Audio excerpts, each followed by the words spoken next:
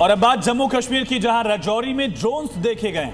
LOC पर ये Pakistani drones को देखा गया। भारतीय सेना ने भी माकूल जवाब दिया। जवाबी कार्रवाई की इंतजामी ने, सुरक्षा बलों ने इस पूरे इलाके में अपनी निगरानी को, अपने ऑपरेशन को और तेज कर दिया है। तो 26 जनवरी से पहले पाकिस्तान की एक और बड़ी नापाक साजिश जो है उसे जवानों ने मुस्तैदी से नाकाम किया। देखिए किस तरह से ड्रोन्स को स्पॉट किया जाता है और तुरंत काउंटर ऑपरेशन जो है, एंटी ड्रोन ऑपरेशन शुरू कर दिया जाता है। बड़ी खबर सांबा जिले से है, जम्मू कश्मीर की। यहाँ पर भी ड्रोन्स को देखा गया। रामगढ़ इलाका बताया गया। रामगढ़ सेक्टर में ये तस्वीरें आप देखिए किस तरह से शाम 7:15 का मामला है। कई ड्रोन्स एक साथ स्पॉट किए गए और तुरंत एंटी ड्रोन गन्स का इस्तेमाल करके इन सबको गिरा दिया गया है। तो पुंछ के मनकोट इलाके में भी ड्रोन्स को देखा गया। सांबा जिले में ड्रोन्स को देखा गया। रामगढ़ से खबर आई है, जो कि रामगढ़ सेक्टर किसको कहते हैं, वहां पर भी ड्रोन्स को देखा गया है। पुंछ के मनकोट में भी ड्रोन्स की जो मौजूदगी है वो सामने आई है। 3 तस्वीरें राजौरी, सांबा और नौशेरा सेक्टर से आपके सामने। देखिए किस तरह से गोलियों की आवाज आप सुन रहे हैं। एंटी ड्रोन गन जो है उनका इस्तेमाल करके इनको नीचे गिराने की कोशिश की। जवानों ने कामयाबी हासिल की। इससे पहले भी एक पाकिस्तानी ड्रोन बरामद किया गया था जिसे हथियारों की खेप सप्लाई की जा रही थी। और बड़ी खबर है, गोल्डी बराड़ रोहित गोदारा गैंग पर एक बड़ी कार्रवाई की गई है। गैंग का जो एक्टिव मेंबर है विक्की, वो पकड़ा जा चुका। बदमाश विक्की पर 18 आपराधिक केसेस पहले से है। गाजियाबाद के लोनी से गिरफ्तारी की जानकारी विक्की की आ रही है। लॉरेंस, गोल्डी, गोदारा गैंग से इसके कनेक्शंस रहे हैं। उसका एक्टिव मेंबर रहा ये। तस्वीरें आप देखिए, गोल्डी बराड़ रोहित गैंग का मेंबर था ये, और इसके पहले ये गैंग लॉरेंस बिश्नोई गैंग के साथ मिलकर काम किया करती थी। हालांकि लॉरेंस बिश्नोई और गोदारा गैंग में अब 2 फाड़ हो चुका है, लेकिन इस बदमाश के दोनों गैंग से कनेक्शन थे। 18 मामले इस विक्की के खिलाफ दर्ज थे।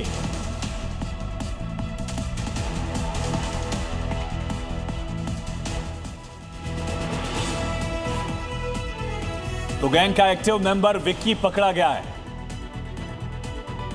और बड़ी खबर है प्रयागराज के धुमनगंज से, जहां पर बमबाजी की जानकारी, युवक ने चाचा के घर पर बम मारा है। मकान को टारगेट कर एक के बाद एक 3 बम यहां पर फेंके गए। बमबाजी की घटना आसपास लगे सीसीटीवी कैमरों ने रिकॉर्ड कर ली है। एफआईआर दर्ज कर आरोपी की तलाश शुरू कर दी गई। देखिए किस तरह से जमीनी विवाद था और चाचा के घर पर बम मारा है इसने।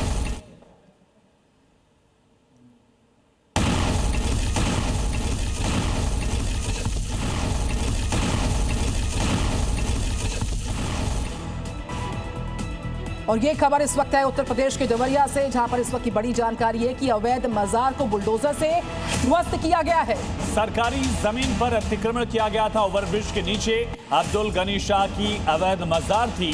9 साल पहले इसको लेकर शिकायत कर दी गई थी। 9 साल पहले अतिक्रमण की शिकायत की गई थी। बीजेपी के कार्यकर्ताओं की शिकायत के बावजूद कार्रवाई नहीं हो पाई थी। यहाँ पर सरकारी जमीन, उस पर अतिक्रमण था। अब्दुल गनी शाह की अवैध मजार, और किस तरीके से पूरा एक्शन बुलडोजर का वहां पर नजर आ रहा है वो देख सकते हैं आप तस्वीरों में। उत्तर प्रदेश के देवरिया से इस बीच खबर, और साथ ही साथ अवैध मजार पर यह बुलडोजर एक्शन हुआ है। सदर विधायक शलभ मणि की शिकायत के बाद एसडीएम कोर्ट ने संज्ञान लिया। इसके खिलाफ फैसला सुनाया गया था।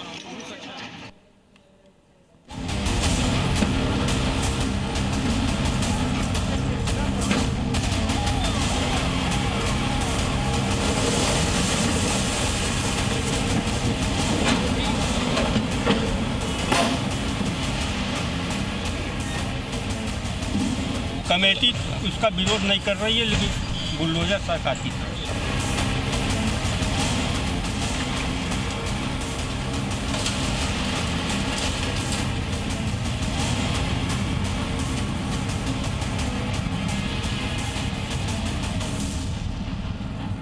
कमेटी उसका विरोध नहीं कर रही है, लेकिन बुलडोजर सरकार की तरफ से चल रहा है। कमेटी को कोई आपत्ति नहीं है। धार्मिक किताबें उनको हटा लिए, बेइज्जती न हो, बाकी अपना आके सुनाना शुरू कर दिया। हमें कोई आपत्ति नहीं हुई।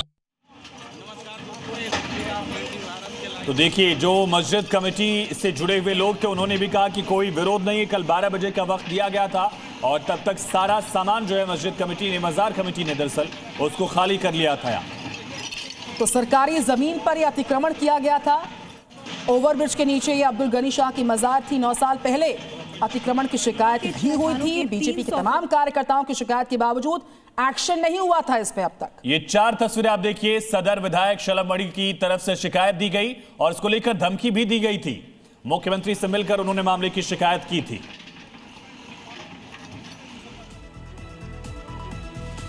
और अब मौसम के मिजाज की बात करते हैं। बर्फीली ठंड से पूरा उत्तर भारत थर-थर कांप रहा है। दरअसल 8 राज्यों में शीतलहर का अलर्ट जारी किया गया और दिल्ली में पिछले 13 साल का रिकॉर्ड टूट चुका है। दिल्ली का पारा 3 डिग्री सेल्सियस जा पहुंचा। साल 2013 के बाद ये सबसे कम पारा दर्ज किया गया।